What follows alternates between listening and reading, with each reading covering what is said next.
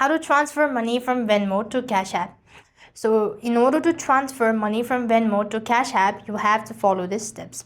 You also have to understand that you cannot directly transfer money from Venmo to Cash App, but what you could do is simply link the same bank account to your Venmo as well as Cash App. So you could then select or send the money from bank to Venmo or maybe Cash App.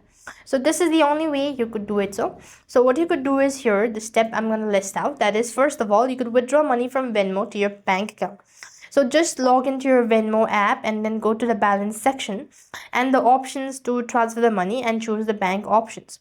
After which you're done transferring the money from Venmo to bank. Now you link the same bank to your Cash App, and from the bank you could just go ahead and initiate the transactions or deposit the cash into your Cash App, and that is how you could transfer money from Venmo to Cash App. So this is the only way you could do it. So I hope the video was helpful. Make sure to like, share and subscribe. Thank you for watching. See you in the next video.